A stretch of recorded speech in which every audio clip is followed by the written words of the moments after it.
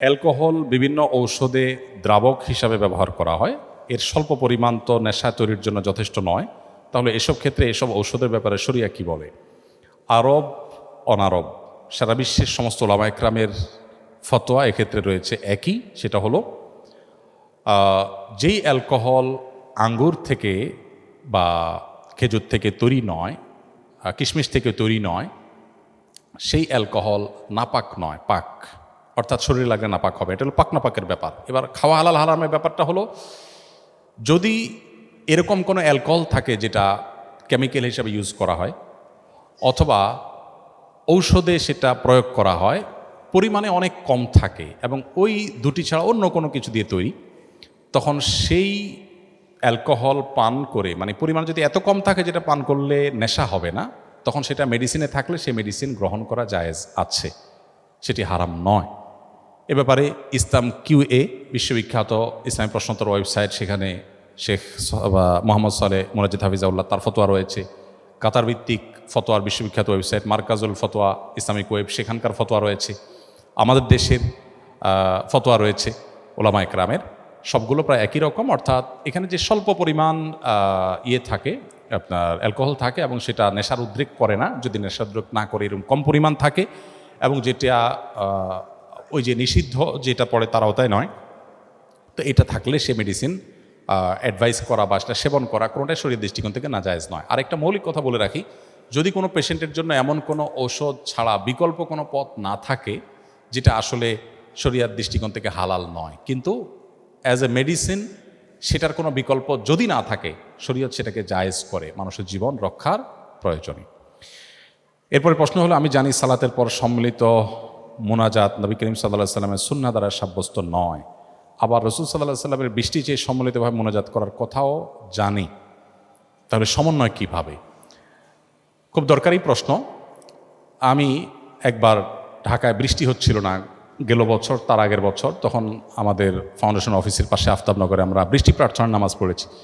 তখন অনেকে প্রশ্ন তুলেছেন, এই হুজুর বলে নামাজের পরে সম্মিলিত মোনাজাত সুন্নাহ দ্বারা সাব্যস্ত না, আবার একই হুজুর বৃষ্টি প্রার্থনার পরে হাত তুলে সবাই নিয়ে মোনাজাত করলো, কেমনে কি একই মতো দুই কথা কেমনে হলো? তো ব্যাপারটা কেমন হয়ে গেল, আপনারা যেহেতু ডাক্তার মানুষ, আপনাদেরটা দিয়ে উদাহরণ দেই। আপনি রোগীকে বলে দিলেন, ভাই আপনি রাতে কিন্তু কিছু খাবেন না, রাতে কিছু খাবেন না। ও রুগী দুপুরে খেয়ে আসছে, আপনি যে বলেন যে আপনারা রাতে খাইতে নিষেধ করছে, আপনি দুপুরে কেন খাইলেন? এই প্রশ্নটা কি খুব যৌক্তিক প্রশ্ন হবে? আপনি নিষেধ করেছেন রাত্রে খেতে, আমি খেয়েছি দুপুরে, আপনি যদি আমাকে বলেন যে আপনাকে না খেতে নিষেধ করেছি, আপনি কেন খেলেন? এই প্রশ্নটা যেরকম অযৌক্তিক হবে। নবী সাল্লাল্লাহু আলাইহি সাল্লাম 5 ওয়াক্ত নামাজের পর বিভিন্ন মাসনুন দোয়া জিকির পড়তেন, সেটা আমরা সুন্নাহ মনে করি। কেউ আল্লাহর কাছে কিছু চাইলে নামাজের পরে তিনি চাইতে পারেন, সেটারও সুযোগ আছে, নামাজের পরে দোয়া কবুল হয়, সেটা নিষেধ না। কিন্তু এটাকে যদি পার্ট অফ সালাহ বানিয়ে নেওয়া হয়, যে সবাই মিলে আমরা একসাথে মোনাজাত করব, মোনাজাত না করলে হুজুরের চাকরি থাকবে না, এই ট্র্যাডিশনাল দোয়া যদি আমরা বানিয়ে নেই, এটাকে নামাজের অংশ যদি বানিয়ে নেই, তাহলে সেটা বিদআত হবে, সেটা সুন্নাহ দ্বারা সাব্যস্ত হবে না। এটা নামাজের কথা। কিন্তু বৃষ্টি প্রার্থনার ক্ষেত্রে নবী সাল্লাল্লাহু আলাইহি সাল্লাম সবাইকে নিয়ে সম্মিলিত দোয়া করেছেন, বিধায় এ জায়গায় করেন নাই, ওই জায়গায় কেন করেছেন, এই প্রশ্নটা একেবারেই অমূলক একটি প্রশ্ন, এবং দুইটাকে একসাথ করে ফেলাটা একেবারে অযৌক্তিক। দুই জিনিস এবং দুই জায়গায়। নবী সাল্লাল্লাহু আলাইহি সাল্লাম যেখানে যেটা করতে বলেছেন সেখানে সেটা করা, যেখানে তিনি করেছেন সেখানে আমি করব, যেখানে তার দ্বারা করাটা সাব্যস্ত হয়নি। 10 বছরে নবী সাল্লাল্লাহু আলাইহি সাল্লাম মদিনায় 5 ওয়াক্ত নামাজের যে ইমামতি করেছেন, সেটা হিসাব করলে সম্ভবত 18,000 ওয়াক্ত হয়, আমি যদি ভুল না বলে থাকি। এই 18,000 ওয়াক্ত তিনি ইমামতি করেছেন। তারপরে 30 বছর ধরে 4 খলিফা ইমামতি করেছেন। এই যে 30 বছর করেছেন, তারও 3-18 যুক্ত করেন, তাহলে কয় যুগ হলো? এত যুগে নামাজের পর সাহাবীদেরকে সাথে নিয়ে তিনি যদি আমাদের মতো এরকম ট্র্যাডিশনাল মোনাজাতে অভ্যস্ত থাকতেন, কি পরিমাণ হাদিসে সেটার বর্ণনা আসতো, সেটা বলার অপেক্ষা রাখেন। অথচ আপনি সালাত সংক্রান্ত ইসলাম ফাউন্ডেশন থেকে অনুবাদ হওয়া বইগুলো নেন, হাদিসের গ্রন্থগুলো খোলেন, কোথাও এটা দেখতে পাবেন না। নামাজের পর কেউ যদি আল্লাহর কাছে দোয়া করা নিষিদ্ধ নয়, কে এটাকে নামাজের অংশ মনে না করলে সেটাও নিষিদ্ধ নয়। আমরা এটা আবার ভুল না বুঝে নামাজের পর দোয়া করা যাবে না, দোয়া তো অবশ্যই করা যাবে, কিন্তু এটাকে আমরা যে ট্র্যাডিশন বানিয়ে নিয়েছি, এটা আসলে হাদিসে ভাবে করতে বলা হয়নি। কিন্তু বৃষ্টি প্রার্থনার ক্ষেত্রে বলা হয়েছে, অতএব ওখানে বলা হলে এখানে কেন বলা হবে না, এই প্রশ্ন একেবারে অযৌক্তিক, দুই জায়গায়। আচ্ছা, এরপর প্রশ্ন হলো, বর্তমান বিশ্বের পরিপ্রেক্ষিতে উম্মার প্রতি আমাদের দায়িত্ব কিভাবে পালন করতে পারি? অনেক বড় প্রশ্ন, ছোট্ট করে বলি। উম্মার প্রতি, মুসলিম জাতির প্রতি একজন মুসলিম জাতির সদস্য হিসেবে আমাদের কর্তব্যের মধ্যে প্রথম কর্তব্য হবে আমি নিজে একজন আদর্শবান ভালো মুসলমান হওয়া। এটা হলো প্রথম দায়িত্ব। আমরা অনেকে জাতিকে নিয়ে অনেক চিন্তিত, কিন্তু আমি নিজের কোনো খবর নাই, আমি নিজে ভালো মানুষ হচ্ছি না। আমি নিজে ভালো মুসলমান হব, আদর্শবান মুসলমান হব, 5 ওয়াক্ত নামাজ পড়বো ঠিক মতো, সুন্দর করে ইসলামটাকে জানবো, আমার আচার আচরণ কাজ কারবার সব দিক থেকে ইসলামের সৌরভ ছড়াতে হবে। আমি যেদিকে যাব মানুষ দেখবে একজন মুসলমান গেছে। আমি যখন চিকিৎসা দেব তখন মানুষ বলবে একজন মুসলমান ডাক্তার চিকিৎসা দিয়েছে। আমি যখন ইঞ্জিনিয়ারিং করবো মানুষ দেখবে একজন মুসলমান ইঞ্জিনিয়ার কাজ করেছে। আমার প্রত্যেকটা কাজ থেকে ইসলামের সৌরভ ছড়াবে, সৌন্দর্য ছড়াবে, পরোপকার, মানুষের কল্যাণকামিতা, সুন্দর আচরণ, ম্যানার্স, ইসলাম যেগুলো আমাদেরকে শিখিয়েছে সেগুলো আমাদের মধ্যে আনা। এটা হলো মুসলিম মিল্লাতের উপকার করার জন্য প্রথম শর্ত, যে নিজে সংশোধিত হওয়া, ভালো মুসলমান হওয়া। নাম্বার 2, এর পাশাপাশি আমার যে স্কিল বা দক্ষতা আছে এটাকে বৃদ্ধি করে মুসলিমদের মুখ উজ্জ্বল করা। আমাদের অনেক তরুণরা আছেন যারা একটু ইসলামের দিকে আসলে, অনেক মেডিকেল স্টুডেন্ট আছেন, অনেক আপনার ইঞ্জিনিয়ারিং অনেক স্টুডেন্ট আছেন, যে কোনোভাবে তিনি হয়তো দিনের ছোঁয়ায় এসেছেন, এরপর দেখা যায় সে পড়াশোনার প্রতি আর মনোযোগী না। আমার কাছে অনেক স্টুডেন্ট যায়, যা বলে হুজুর পড়ালেখা করতে আর ভালো লাগে না আমার।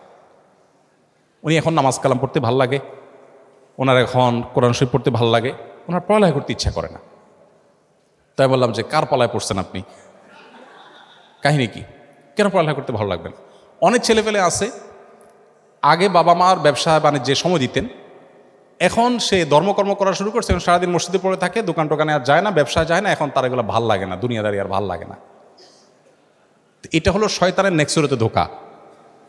আপনি কোনো দক্ষ আলিমের পরামর্শ ছাড়া নিজে নিজে ডিসিশন নেবেন, আপনার স্কিলকে আপনি কবর দিবেন, তাহলে আপনি মুসলিম মিল্লাতের ক্ষতি করলেন।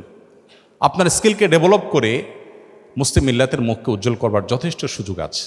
আমরা সেই মুসলিম যারা স্পেনের তারেক বিন জিয়াদের স্পেন বিজয়ের মধ্য দিয়ে আমরা জ্ঞান বিজ্ঞানে, বিশেষ করে আপনাদের যে সাবজেক্ট চিকিৎসা বিজ্ঞানে মুসলমানরা অনবদ্য অবদান রেখেছেন, সে অতীত আমাদের ছিল, দুঃখজনক সে অতীত আমাদের হারিয়ে গেছে, আজ নাই, সেটি পুনরুদ্ধার করতে হবে।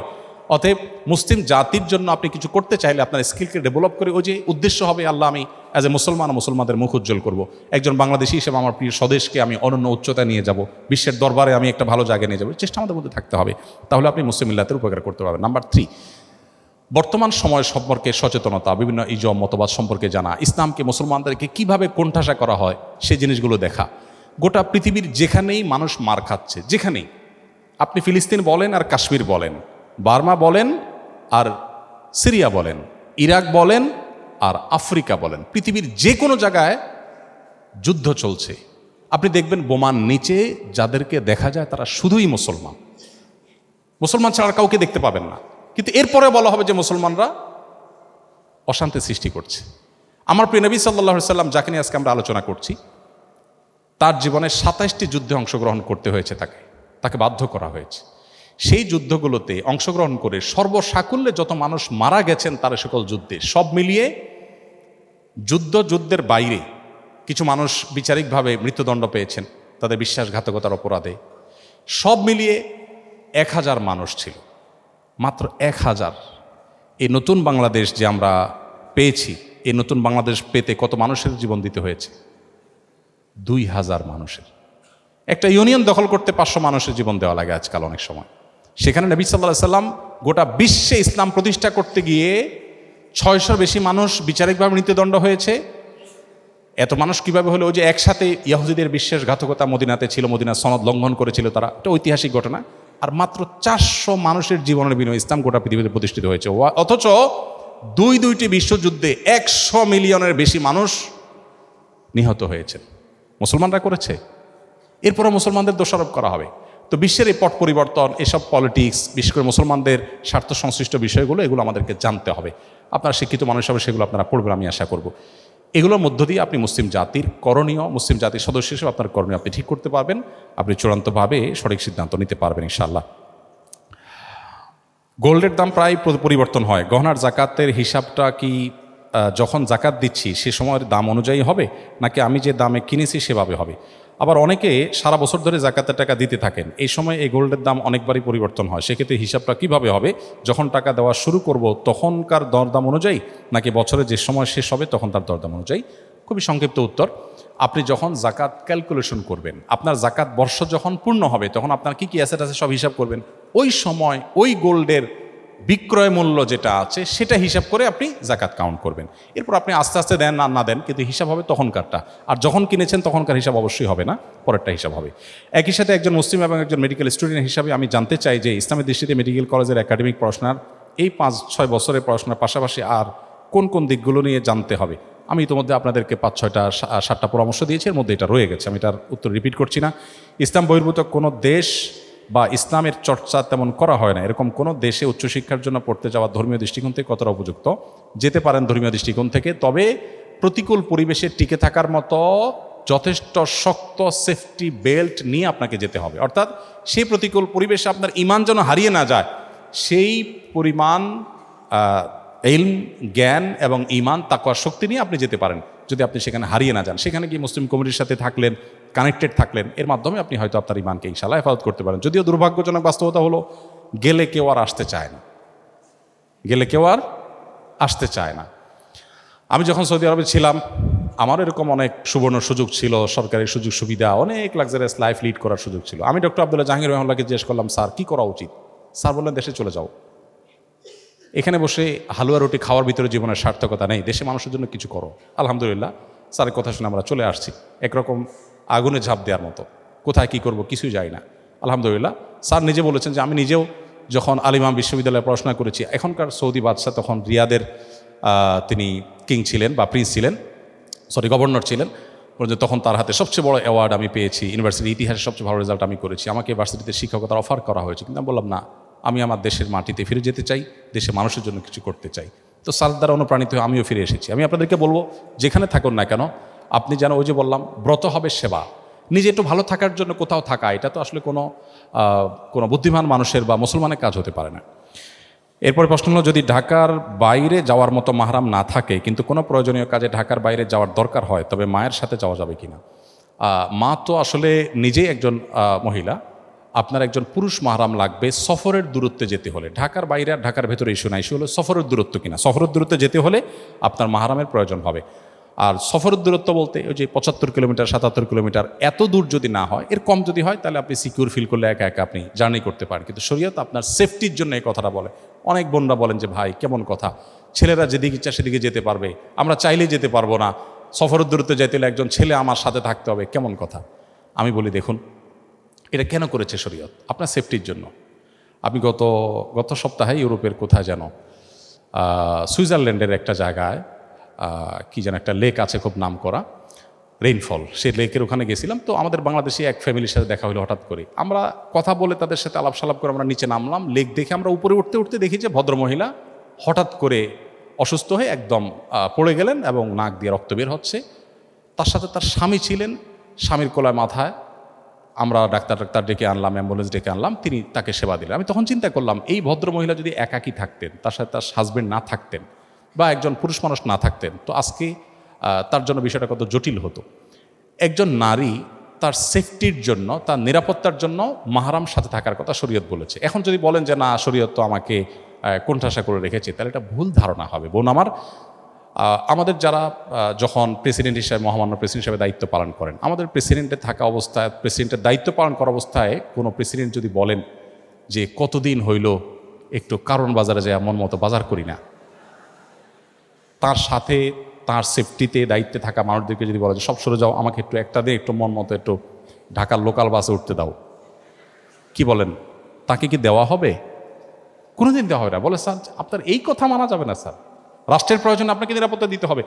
এখন উনি যদি মনে করেন যে এটা কেমন অবিচার, কই তাদের তো যাইতে কারোর সমস্যা হয় না, আমাকে কেন বাধা দিবা? এটা কোনো যৌক্তিক প্রশ্ন হতে পারে না। ঠিক একইভাবে আমাদের বোনদের এই মাহরামের বিষয়টা আমাদেরকে বুঝতে হবে। আমি নিয়মিত নামাজ রোজা করার চেষ্টা করি, অন্তত করে এক ওয়াক্ত কোরআন শরীফও পড়ি, কিন্তু মাঝে মধ্যে এমন হয় যে আমার আবার নামাজ পড়তে ইচ্ছা করে না। এমন না যে সেই সময় আমি আল্লাহর নাম নেই না, জিকির করি না, সবই করছি, আল্লাহর কাছে ক্ষমা চাইছি, সবই করছি। আমার শুধু নিজ আগ্রহ থেকে নামাজটা পড়তে ইচ্ছা করে না। এমনটা আগে হয়নি, ইদানিং এরকম হচ্ছে। অনেক দীর্ঘ আলোচনা করা দরকার, শুধু সংক্ষেপে এটুকু বলবো, নামাজের অন্তর্নিহিত তাৎপর্য নিয়ে অনেক বই আছে। আপনি এরকম একটা বই পড়েন, নামাজটা এটা আসলে গতানুগতিক কোনো বিষয় না। এখন আপনারা নিজেরা ডাক্তাররা অনেক গবেষকরা গবেষণা করে আপনারাই আমাদেরকে বলছেন যে নামাজের ভিতরে আমাদের রুকু করি, সিজদা করি, আমাদের যে ব্যায়াম হয়, শরীরে যে উপকারিতা হয়, এই যে নবী সাল্লাল্লাহু আলাইহি সাল্লাম রাতের খাবার আগে খাইতেন, তারপর এশার নামাজ পড়তে যেতেন, এশার নামাজ পড়তে গিয়ে আপনার সিঁড়ি ভাঙা, দূরে যাওয়া, মসজিদে যাওয়া, উঠবস করা, ডাইজেস্ট হয়ে যায়, এরপরে তিনি বিছানে ঘুমাতে যেতেন। পুরা সুন্নাহ লাইফস্টাইল হলো সুস্থ থাকার জন্য অন্যতম গুরুত্বপূর্ণ একটা বিষয়। তো আপনি নামাজের যে অন্তর্নিহিত তাৎপর্য আছে, বিশেষ করে নামাজ যে আল্লাহর সাথে কানেক্টেড করে মানুষকে, কিভাবে আমাদের উপকার আসে, এটা যদি আপনি ভালো করে পড়েন, স্টাডি করেন, আমার মনে হয় যে আপনার নামাজের প্রতি আগ্রহ বৃদ্ধি হবে। সেই সাথে এবাদতের আগ্রহ কমে যাওয়ার জন্য গুনাহের একটা বিরাট প্রভাব থাকে। কোনো একটা পাপাচারে লিপ্ত হলে মানুষ এবাদতের স্বাদ কমে যায়, সেগুলো ছাড়তে হবে ইনশাআল্লাহ। আশা করা যায় আল্লাহ তাআলা আপনাকে ফেরত আসার তৌফিক দান করবেন। এরপর প্রশ্ন হলো, মেডিকেল ক্যাম্পাসে অনেক স্টাডি পার্টনার দেখা যায়, ছেলে মেয়ে। আমার প্রশ্ন হলো, পড়াশোনার জন্য এভাবে অপোজিট জেন্ডারের ফ্রেন্ড বানানো কি জায়েজ হবে? দেখুন, আপনারা তো খুশি হওয়ার কারণ কি আমি বুঝলাম না। আচ্ছা যাক, দেখুন বিষয়টা হলো, আমার কথা নয়, আপনারা আমার চেয়ে ভালো জানেন, একজন পণ্ডিত বিজ্ঞানীর কথা, একজন ছেলে এবং একজন প্রাপ্তবয়স্ক ছেলে, প্রাপ্তবয়স্ক মেয়ে কখনো বন্ধু হতে পারে না।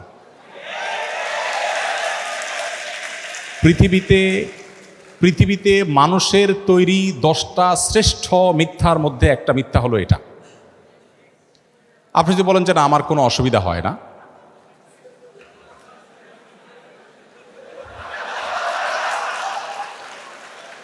যদি আপনি মনে করেন যে না আমার কোনো সমস্যা হয় না, আমার মনে তো খারাপ চিন্তা আসে না, বাজে চিন্তা আসে না, তাহলে আপনি মেডিকেল স্টুডেন্ট হওয়া সত্ত্বেও আপনার ডাক্তারের কাছে যাওয়া উচিত। অথবা আপনি আপনার কথায় অসত্যবাদী, দুইটার একটা। দেখুন, আমি বলছি না যে কোনো হোয়াটসঅ্যাপ গ্রুপে, কোনো মেসেঞ্জার গ্রুপে বা কোনোভাবে শরিয়ার পর্দা মেনটেন করে একে অন্যের সাথে পড়াশোনা বিষয়গুলো শেয়ার করা যাবে না, তা বলছি না। আপনি সেফটি নিশ্চিত করে যদি এটা করেন, আপনি অবশ্যই করতে পারেন, কিন্তু সেফটি নিশ্চিত করতে হবে। শরিয়া কেন পর্দার কথা বলেছে? দেখুন, গোটা পৃথিবীতে একটা প্রচেষ্টা দেখবেন যে আমাদের মুসলমানদেরকে মেয়েদের মুখোমুখি দাঁড় করানো হয়, যেন মেয়েদের বিরুদ্ধে ইসলাম সব কিছু করেছে। আমরা গত পরশুদিন সম্ভবত বুয়েটে আলোচনা করেছিলাম যে আমাদের প্রিয় নবী সাল্লাল্লাহু আলাইহি ওয়াসাল্লাম নারীদের জন্য কি করেছেন। খুব বেশি সময় পাই নাই, যতটুকু পাইছি আমি চেষ্টা করেছি বলার। আপনি যদি এটা নিয়ে পড়াশোনা করেন, আপনি অবাক হবেন। আজকের নারীবাদের স্লোগান ধরা মানুষগুলোর জন্মের ১৫০০ বছর আগে প্রিয় নবী সাল্লাল্লাহু আলাইহি ওয়াসাল্লাম নারীদেরকে পাতাল থেকে তুলে আকাশে রেখে গেছে। অনেক আলাপ, সেদিকে আমি যাব না। আমি শুধু এটুকু বলবো যে আল্লাহ রাব্বুল আলামিন যে বিধানগুলো দিয়েছেন আমাদের কল্যাণার্থে দিয়েছেন, আমাদের ক্ষতির জন্য দেননি। আমরা মানুষ তার বিরুদ্ধে নিজেদের বুদ্ধি থেকে অনেক কিছু এক্সপেরিমেন্ট করতে গিয়ে একটা সময় আমরা সারেন্ডার করতে বাধ্য হই। আপনি পশ্চিমে দেখেন, পশ্চিমা পৃথিবীতে দেখেন, নারীদেরকে ইসলামের মুখোমুখি করার চেষ্টা করা হওয়া সত্ত্বেও সেখানে ইসলাম গ্রহণকারী মানুষদের মধ্যে পুরুষদের চাইতে নারীদের সংখ্যা সবচাইতে বেশি। আজকেও দেখলাম অনেকগুলো কম্পিটিশন আমার বোনরা এগিয়ে আছেন। আমরা সুন্নাহ ফাউন্ডেশন থেকে যে কটা কম্পিটিশনতে বেশিরভাগ ক্ষেত্রে দেখি ছেলেদের চাইতে মেয়েরা এগিয়ে আছে। তার মানে ছেলেরা ফাঁকি ঝুঁকি বেশি করে, মেয়েরা তুলনামূলক একটু বেশি সিরিয়াস। তো বোনদের সাথে ভাইদের অর্থাৎ ছেলে মেয়েদের পরস্পর যদি পড়াশোনার বিষয়গুলো শেয়ার করতে গিয়ে ফিতনামুক্ত পরিবেশে করা যায়, যেখানে আসলে কোনো প্রকার ফিতনার আশঙ্কা থাকবে না, হতে পারে সেখানে অনেকে আছেন, একান্তে একজন নাই, শুধুমাত্র একজন এবং একজন যদি হয়, অর্থাৎ একজন ছেলে একজন মেয়ে, তখন অন্টন আলাপ করতে করতে সেখানে নানাবিধ ফিতনার দিকে চলে যায়, নানাবিধ শয়তান মনের ভিতরে ওয়াসওয়াসা নিয়ে আসে। দিন শেষে আমরা মানুষ, গোটা পৃথিবীতে আপনি দেখেন এই উন্মুক্ততা এবং পর্দাহীনতার যে কালচার, এই কালচারকে যারা ডেভেলপ করেছে তাদের কোথাও মেয়েরা সেফ নেই, নিরাপদ নাই। আপনি এখানে যতই বলেন যে ভাই সবাই ভালো হয়ে গেলে তো হয়, মনটাকে ভালো করলেই তো হয়, এই মুখরোচক অনেক স্লোগান আপনারা শুনতে পাবেন, এর চাইতে ভুয়া কথা, বোগাস কথা আরেকটা আপনি পাবেন না। কিসের মন ভালো করা?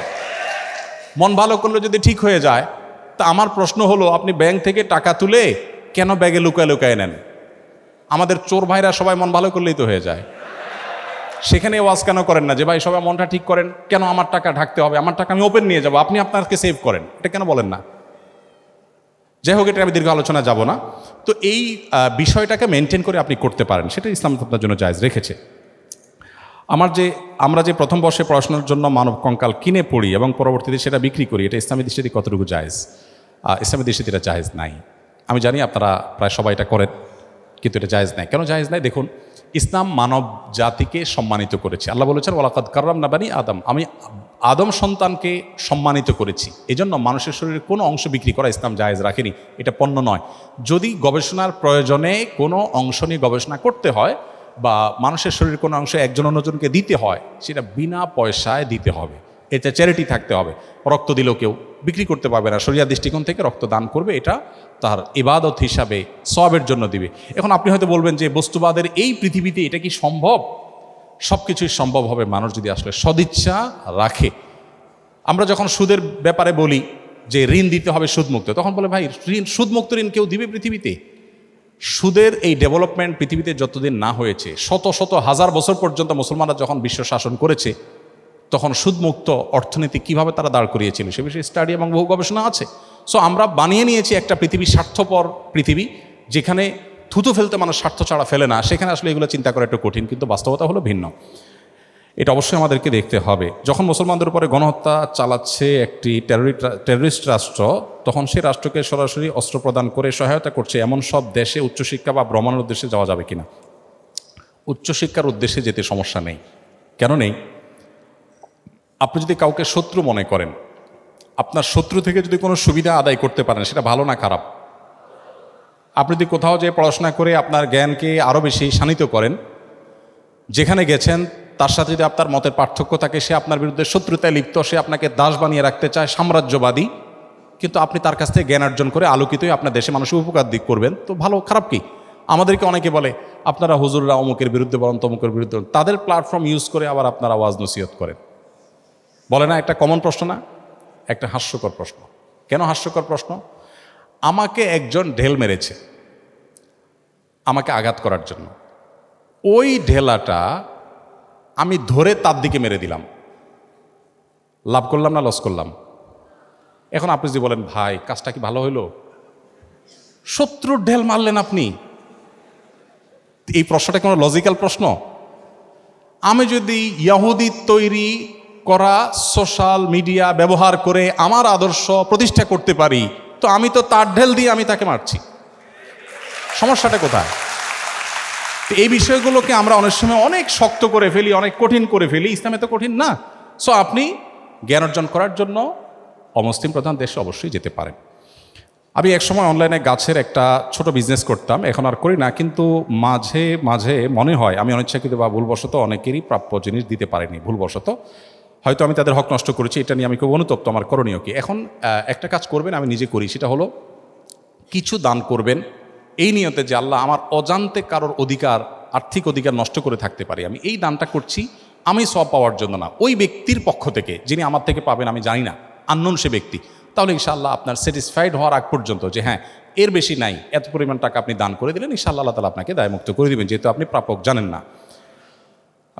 এরপর প্রশ্ন হলো, 22-23 বছরের একটা মেয়ে কোনো ছেলেকে পছন্দ করে বাড়ি জানানোর পর বাড়ি থেকে বলে চাকরি পেলে ওই ছেলের সাথে বিয়ে দিব। ছেলে মেয়ে এক বয়সের এবং ছেলের পড়াশোনা শেষ করে চাকরি পেতে অনেকটা সময়ই লাগবে। মেয়ে অনেকবার বাড়িতে বোঝানোর চেষ্টা করার পরও বিয়ের জন্য রাজি হয় না, বরং মেয়ের মা রাগ করে বলে নিজে নিজে বিয়ে করে নিতে। এমন পরিস্থিতিতে যদি মেয়েটা কাউকে না জানিয়ে বিয়ে করে, তাহলে এটা জায়েজ হবে কি না? খুব কমন পড়ে গেছে নাকি? এত খুশি হওয়ার কারণ কি? বেশি কমন হয়ে গেছে? আচ্ছা, এ ধরনের প্রশ্ন প্রায় আসে, 10টা আসলে একটার উত্তর দেওয়ার চেষ্টা করি, তারপরে এটা গুরুত্বপূর্ণ বলতে হবে, খুব অল্প করে বলি। দেখুন, আল্লাহ সুবহানাহু ওয়া তাআলা বিবাহের দায়িত্ব দিয়েছেন অভিভাবকদের উপরে। আল্লাহ কোরআনে বলেছেন, ওয়া আনকিহুল আয়ামা মিনকুম ওয়াস-সালিহিনা মিন ইবাদিকুম ওয়া ইমাইকুম। অভিভাবকদেরকে আল্লাহ অর্ডার করেছেন তোমরা তোমাদের অধীনস্থদেরকে বিবাহ দাও। নবী সাল্লাল্লাহু আলাইহি ওয়াসাল্লাম বলেছেন, তোমাদের সন্তানরা যখন বিয়ের উপযুক্ত হবে, প্রাপ্তবয়স্ক হবে, তখন তাদেরকে বিয়ে দিতে দেরি করবে না। যদি করো, তারা যদি হারামের পথে পা বাড়ায় এবং সমাজে বিশৃঙ্খলা তৈরি হয়, অসুবিধা তৈরি হয়। সেদিন কোনো একটা ইউনিভার্সিটিতে এটা নিয়ে আলোচনা করার পর ভিসি মহোদয় আমাকে আলোচনার পর বললেন যে আপনাকে স্পেশাল থ্যাঙ্কস এই প্রশ্ন উত্তর দেওয়ার জন্য, কারণ প্রতিদিন এটার বিচার করা লাগে। তো আমি বলতে চাই যে নবী সাল্লাল্লাহু আলাইহি ওয়াসাল্লাম বলেছেন, যদি সন্তানরা বিয়ের উপযুক্ত হয় অভিভাবকদের কর্তব্য তাদেরকে বিয়ে দেওয়া। যদি না দেয় এবং সন্তানরা যদি বিপদগামিতার পথে পা বাড়ায়, সমাজে বিশৃঙ্খলা সৃষ্টি হয়, তাহলে সেক্ষেত্রে কি হবে? তাহলে সেক্ষেত্রে যে ফিতনা, ফাসাদ, অনাচার হবে, এগুলোর দায় অভিভাবকের উপরে বর্তাবে। হারাম রিলেশন যারা করছেন, এখানে মূল প্রশ্নে যাওয়ার আগে একটা কথা বলা দরকার ছিল, সরি আমি ওখানে একটু ব্যাক করছি। সেটা হলো, বিবাহের আগে ছেলে মেয়েদের মধ্যে পরস্পরকে তথাকথিত ভালোবাসা নিবেদন করার নামে, প্রেম নিবেদনের নামে বছরকে বছর যে হারাম রিলেশন থাকে, এটা ইসলাম কেন হারাম করেছে? দেখুন, ডক্টর খন্দকার আব্দুল্লাহ জাহির রহমাতুল্লাহর চমৎকার একটা অ্যানালাইসিস আছে এই ব্যাপারে। স্যার বলেন যে দেখেন, একটা সাইক্লোনে, একটা ঘূর্ণিঝড়ে একটা দেশের বেশিরভাগ মানুষ মারা যেতে পারে, ওইটা আবার রিকভার করা সম্ভব। কিন্তু কোনো জাতির মধ্যে যদি একবার এই টেন্ডেন্সি আছে যে আমরা সন্তান গ্রহণ করব না, বৈবাহিক জীবন যাপন করব না, সাংসারিক জীবন যাপন করব না, এই প্রবণতা যদি কোনো জাতির মধ্যে একবার আসে, তখন মানব সভ্যতার অস্তিত্বই হুমকির মধ্যে পড়বে। কিভাবে? আজকের উন্নত পৃথিবীর যে কোনো দেশ আপনি তাকান, পশ্চিমের যে কোনো দেশের দিকে তাকান, এমনকি পূবেও তাকান, কয়দিন আগে দেখবেন কানাডা আমাদের দেশ থেকে গণহারে ভিসা দিয়ে লোক নিছে। আমি তো অবাক হয়ে গেছি শুনে যে ব্যাপার কি, এত বেশি লোক নিচ্ছে কেন? পরে শুনলাম যে তাদের দেশের লোকের টান পড়ছে, আমার দেশ থেকে লোক নিয়ে যাচ্ছে। আপনারা স্টুডেন্ট ভিসা যখনই দাঁড়ান কোনো অ্যাম্বাসিতে, একটু মোটামুটি যোগ্য ছাত্র হলে আর দেরি করে না, সাথে সাথে তারা নিয়ে যাচ্ছে। ব্যাপার কি? আমি ভিজিট ভিসার জন্য গেলে আমাকে তো ভিসা এরকম দেয় না, আপনাকে তো বেশি দিচ্ছে কেন? তাদের দেশে আসলে পর্যাপ্ত লোক নেই।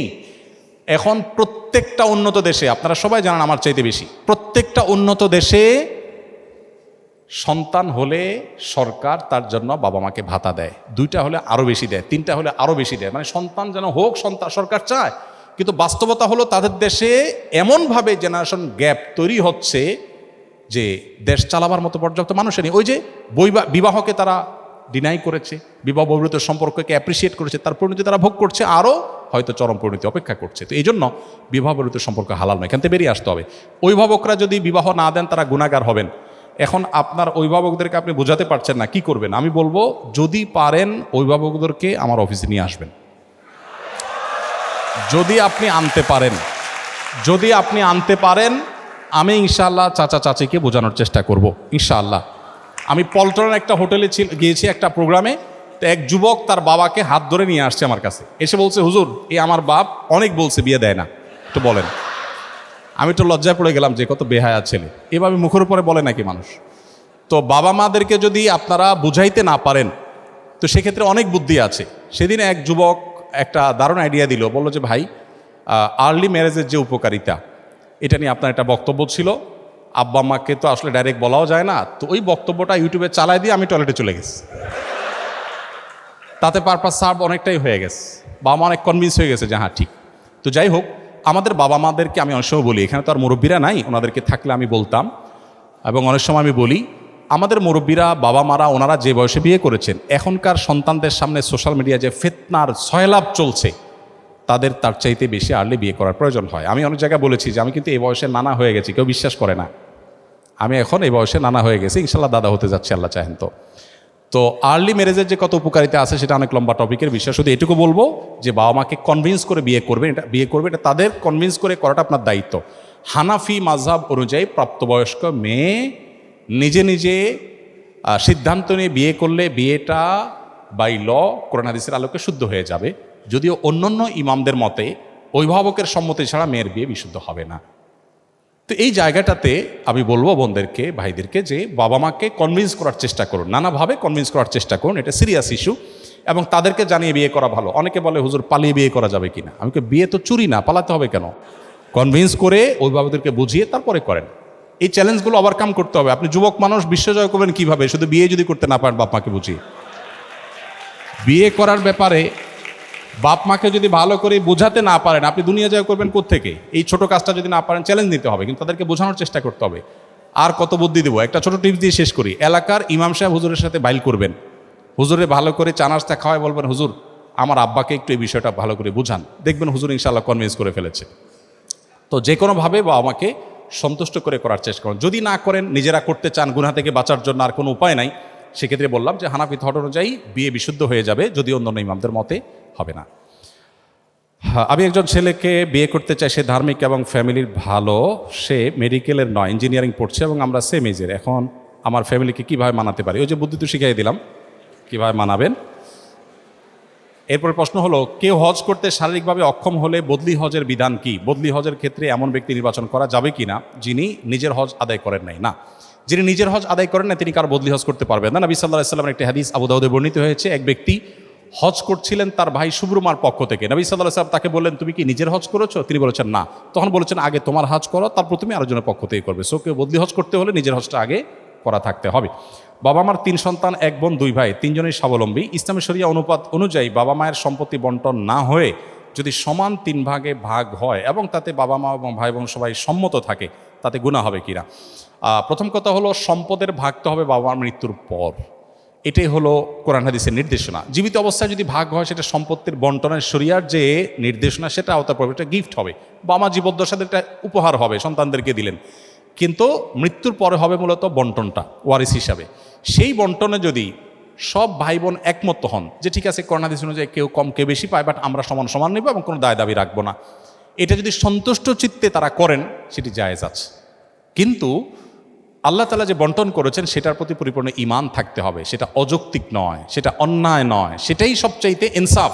এটি বিশ্বাস করে নিজেরা যদি এটা ডিসিশন নেন, ঠিক আছে বোন একটু কম পায় কিন্তু বোনটা আমার গরিব, আমি ছেড়ে দিলাম, সমানে দিয়ে দিলাম, এটা যদি ভাইরা ডিসিশন নেন, সবাই যদি সম্মত থাকেন, কোনো অসুবিধা নেই। মুশকিল হলো এই সমস্ত পারিবারিক ডিসিশনের ক্ষেত্রে 1-2জন ডিসিশন মেকার হয় আর বাকিরা বাধ্য হয়ে রাজি হয়, লজ্জা কিছু বলতে পারে না। এই জিনিসটা খেয়াল করতে হবে যে কেউ তো বাধ্য হয়ে রাজি হচ্ছে না, এটা শির করতে হবে।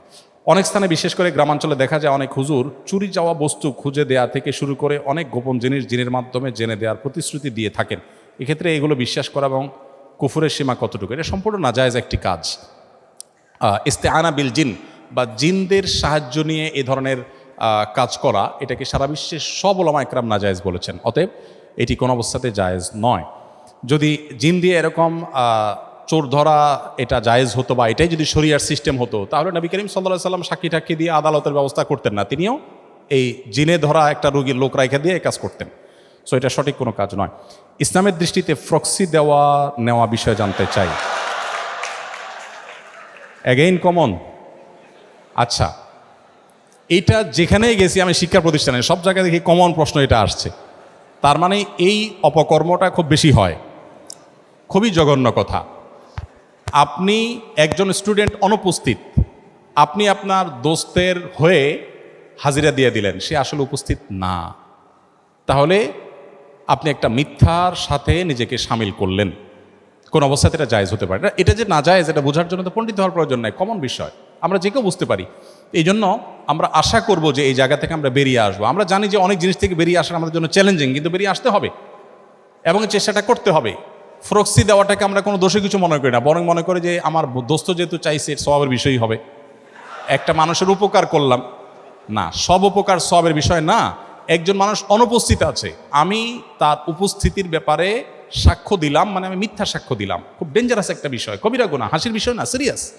এই জন্য যাদের অভ্যাস আছে, ভাই আমি একটু অ্যাবসেন্ট থাকলাম, অ্যাবসেন্ট থাকার কারণে আমার একটু ক্ষতি হলো, সেই ক্ষতি একজন মুসলমানের কাছে অনেক উত্তম ওই ক্ষতির চাইতে যে ক্ষতি করে তার জাহান্নাম ত্বরান্বিত করে, জান্নাত থেকে সে দূরে সরে। একজন মুসলমান আদর্শিকভাবে এরকম দেউলিয়া হতে পারে না। আমাদের এই দেশটাকে দুর্নীতিমুক্ত করবার জন্য সৎ মানুষ দিয়ে দেশটা পরিচালিত হবে, শাসিত হবে, সেটা আমরা স্বপ্ন দেখি, নতুন বাংলাদেশের স্বপ্ন দেখি। কিভাবে হবে? আপনি যদি স্টুডেন্ট লাইফে প্রক্সি দেন, আপনার যদি জন্ম তারিখ কম বেশি করে দেন শুধুমাত্র বেশি দিন চাকরি করার জন্য, অসততার উপরে ভিত্তি যদি থাকে আপনার কেরিয়ার, আপনার স্টুডেন্ট লাইফ, আপনি চাকরি জীবনে কি করবেন? এই জন্য সততার প্রশ্নে একজন মুসলমান কখনো কম্প্রোমাইজ করবে না, যে না সততার প্রশ্নে আমি কম্প্রোমাইজ করবো না, তাতে দোস্ত না খসক, আমি আমার জায়গায় থাকবো। আল্লাহ আমাদেরকে সেরকম মেরুদণ্ডওয়ালা মুসলমান হওয়ার তৌফিক দান করুন। আমরা মনে হয় শেষ করি, প্রশ্ন আরও অনেক আছে, আমরা ইনশাআল্লাহ রাত অনেক হয়েছে, আমি প্রশ্নগুলো নিয়ে যাচ্ছি ইনশাআল্লাহ। আমাদের জুমাবারে আমার পেজে যে ফেসবুক লাইভ হয়ে থাকে সেখানে ইনশাআল্লাহ আমরা প্রশ্নগুলোর উত্তর ধারাবাহিকভাবে দেওয়ার চেষ্টা করব ইনশাআল্লাহ। অনেক বেশি কথা হয়ে গেছে, এত বেশি কথা আমার বলার ছিল না। আমার পিতৃতুল্য, বড় ভাইতুল্য সিনিয়র ব্যক্তিবর্গ আছেন, স্যাররা আছেন, তাদের সামনে অনেক বেশি কথা বলা হয়ে গেছে। যদি সঠিক কিছু বলে থাকি সেটা আমার আল্লাহর তরফ থেকে, ভুল কিছু বলে থাকলে সেটি আমার এবং শয়তানের তরফ থেকে। আল্লাহ তাআলা আমাদের সবাইকে এভাবে এখানে যেভাবে আমরা একত্রিত হয়েছি, ঠিক একইভাবে জান্নাতুল ফিরদাউস আমাদের সবাইকে একত্র হওয়ার তৌফিক দান করুন।